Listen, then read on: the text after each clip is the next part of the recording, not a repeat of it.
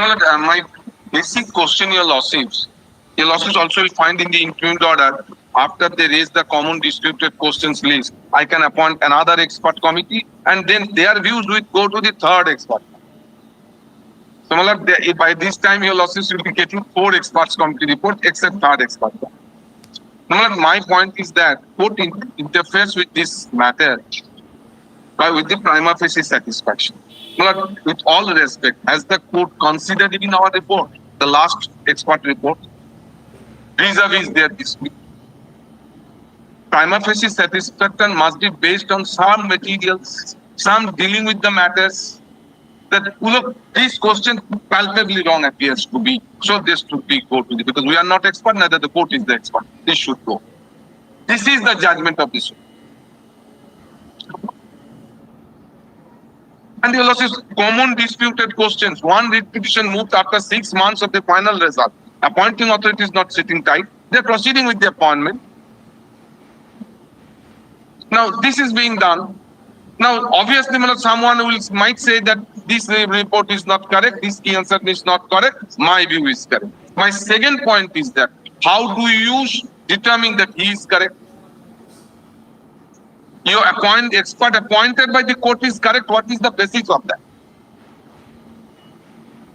Because all are professors, not teachers, with almost the same accreditation.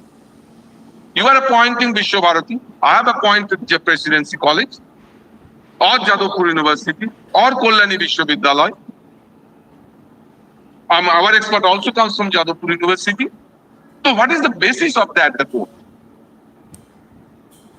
Just because someone comes and court might have looking into it without recording the findings of the court sending all the questions. Not one paragraph, you lost it, all the 100 questions, then reduced it to that. Court expressed to that view, that send all the 150 questions. So this is the point, your lawsuit, that the expert views, third expert views is not correct. My basic questions, my lord, unless, my lord, it is palpable by way, second point, by way of inferential process, you cannot show that this is incorrect. Then no process of examination will come to an end. Now, my lord, even if your lawsuit, someone says that there are 2 possible answers, it should be left to the expert of the examining authority which one will be nearer to the answer. It's not for the court or to the third expert. Kindly visualize, then every question, every process or every examination can be interfered with if this goes on.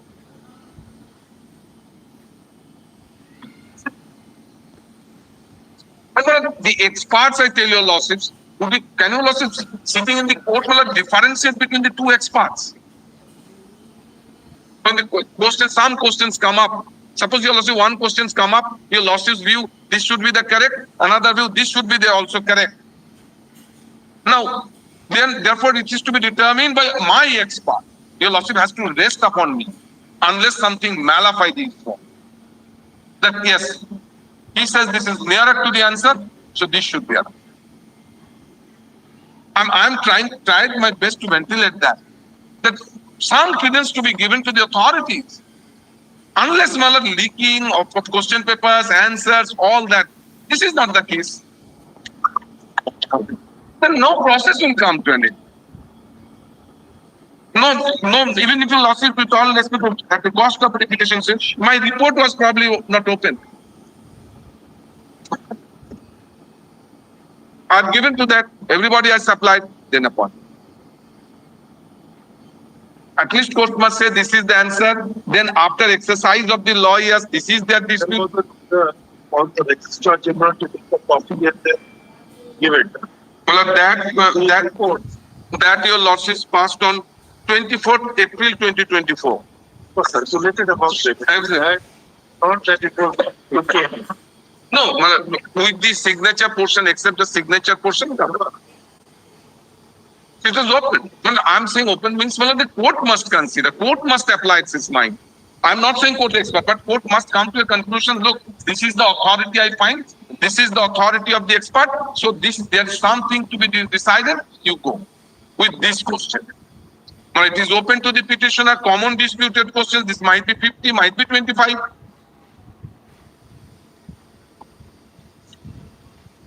This exercise, I am not exercise of the court I am teaching.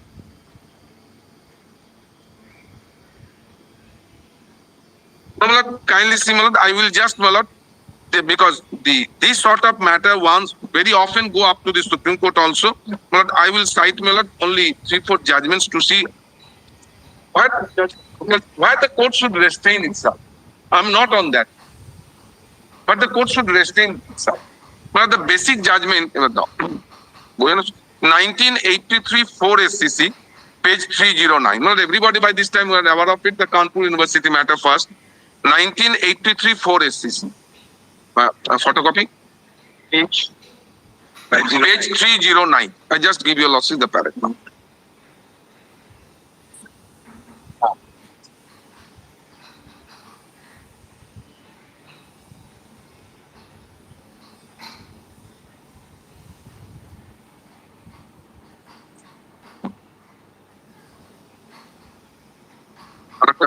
আরেকটা দাও কি হলো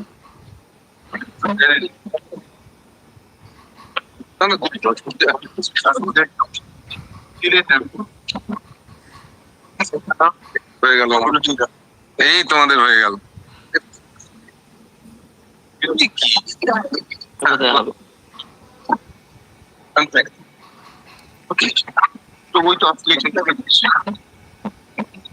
Now I just give it to losses, Malan. Para 6, 7, 9, 10. But I think your losses, para 6, 7, your losses can 3, 0. No, I'm sorry, just 3, 0, 9, just.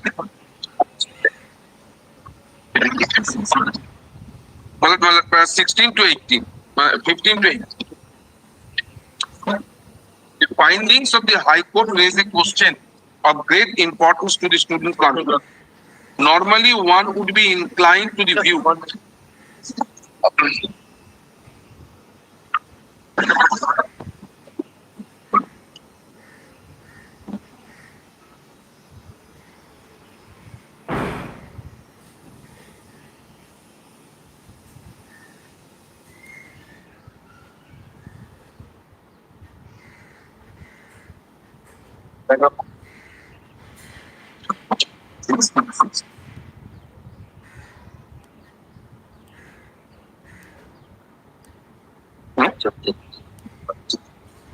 Next time.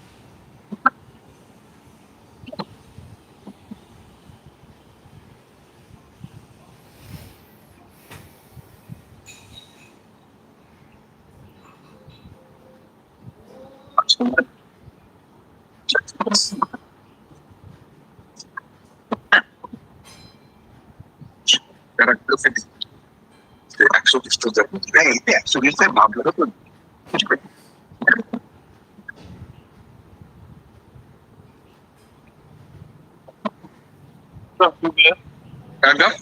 Which paragraph? Now, I paragraph your lordship 15 onwards. Now I tell your lordships, your lordships kindly see.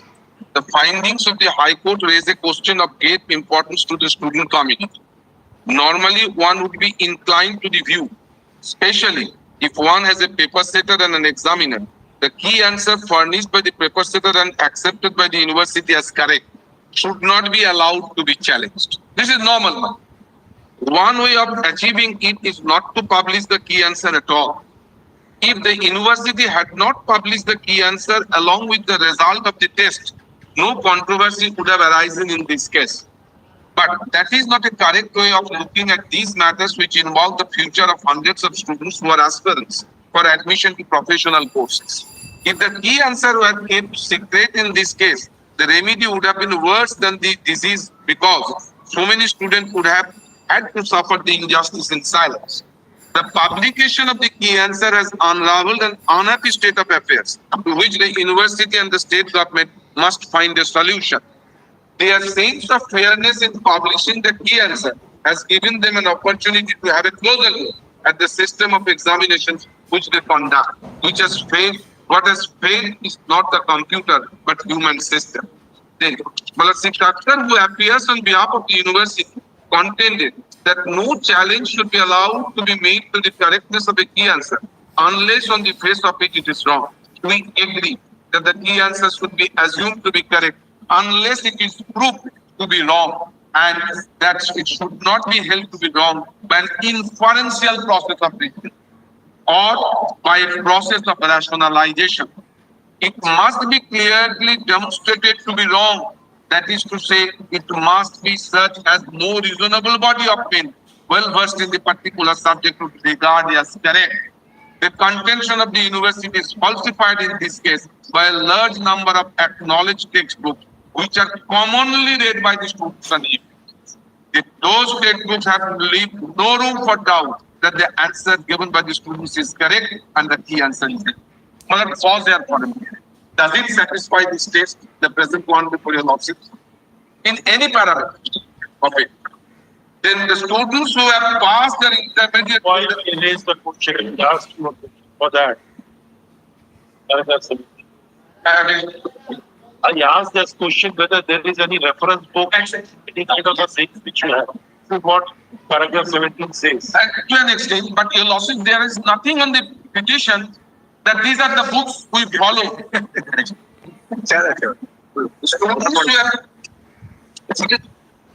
The students who have passed their intermediate board examination are eligible to appear for the entrance examination for admission to the medical college. Certain books are prescribed for the intermediate board examination, and such knowledge of the subject as the students have is derived from what is contained in those textbooks. Those textbooks support the case of the students fully. If this were a case of doubt, we would have unquestionably preferred the key answer.